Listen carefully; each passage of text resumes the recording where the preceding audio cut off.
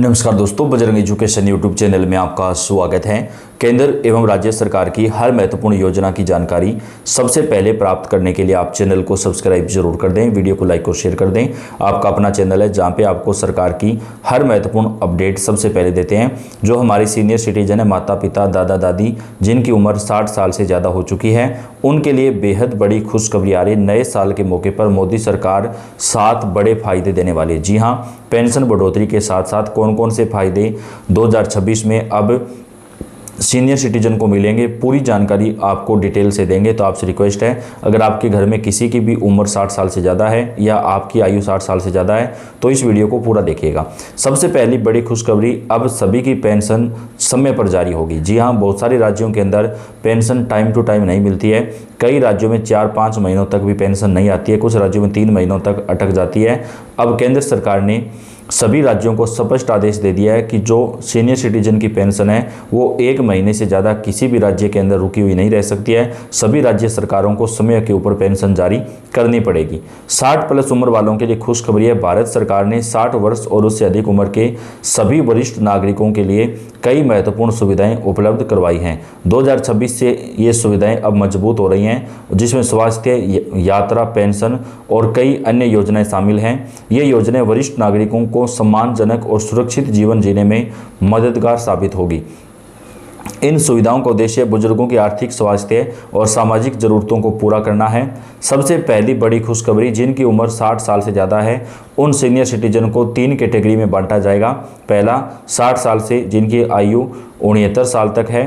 दूसरा, 70 साल से लेकर के जिनकी आयु यहाँ पर जो है 80 साल तक है। और तीसरा, जिनकी आयु 80 साल से प्लस है। यानी 3 कैटेगरी में बांटा जाएगा, जिसके मुताबिक पेंशन बढ़ेगी। तो जिनकी उम्र 60 साल से 69 साल तक है उनको 2,000 रुपये पेंशन प्रति महीना। जिनकी उम्र 80 साल तक है उनको 2,500 रुपये प्रति महीना। और जिनकी उम्र 80 साल प्लस है उनको 3,000 रुपये प्रति महीना पेंशन सभी राज्यों में मिलेगी। हालांकि कुछ राज्यों में इससे ज़्यादा पेंशन है, लेकिन बहुत सारे राज्य ऐसे हैं जहाँ पर 1,000 रुपये पेंशन है, कहीं पर 700 है, कहीं पर 800 है। अब आयु के अनुसार जो है वो सीनियर सिटीजन की जो पेंशन है वो बढ़ाई जाएगी और सभी राज्यों के अंदर एक समान रूप से पेंशन बढ़ोतरी का जो फायदा है वो सरकार की तरफ से दिया जाएगा। इसके साथ ही दोस्तों, अब सीनियर सिटीजन को घर घर राशन पहुँचाया जाएगा। जिनकी उम्र 60 साल से ज़्यादा है उन्हें सरकार की तरफ से ऐसी व्यवस्था बनाई जाएगी कि जो राशन डीलर होते हैं वो एक टीम बनाएंगे जो घर बैठे सीनियर सिटीजन को उनका जो राशन है वो घर पर वन के पहुँचाना शुरू कर देंगे।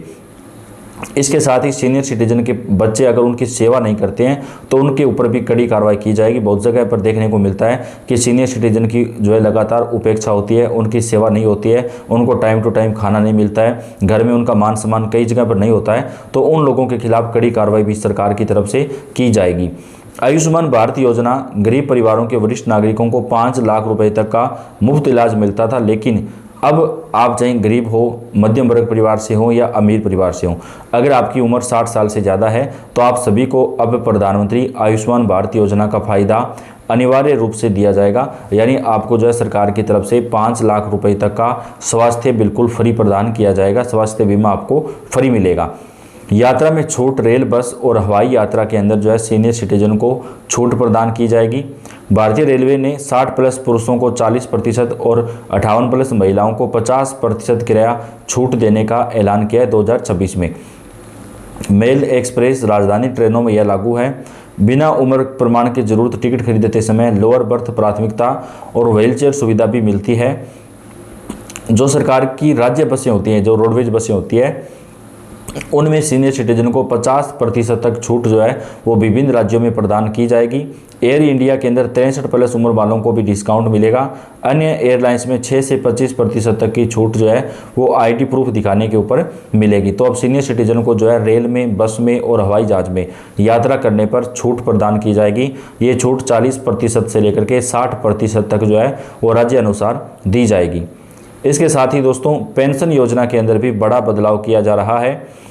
नेशनल ओल्ड एज पेंशन की गरीबी रेखा से नीचे जीवन यापन करने वाले 60 साल से 79 साल की उम्र के सीनियर सिटीजनों को सरकार की तरफ से जो पेंशन है उसमें बढ़ोतरी करने का भी फैसला किया गया है। Senior citizen saving scheme post office या बैंक में 60 प्लस उम्र वाले 1,000 से लेकर के 30 लाख रुपए तक जमा करते हैं तो 8.2% ब्याज जो है उनको दिया जाएगा। ब्याज तिमाही मिलता है। 5 वर्ष टेन्योर बढ़ा सकते हैं। सेक्शन 80C में 1.5 लाख तक टैक्स छूट जो है वो उनको मिलती है। टैक्स और वित्तीय राहत भी सीनियर सिटीजन को प्रदान की जाएगी।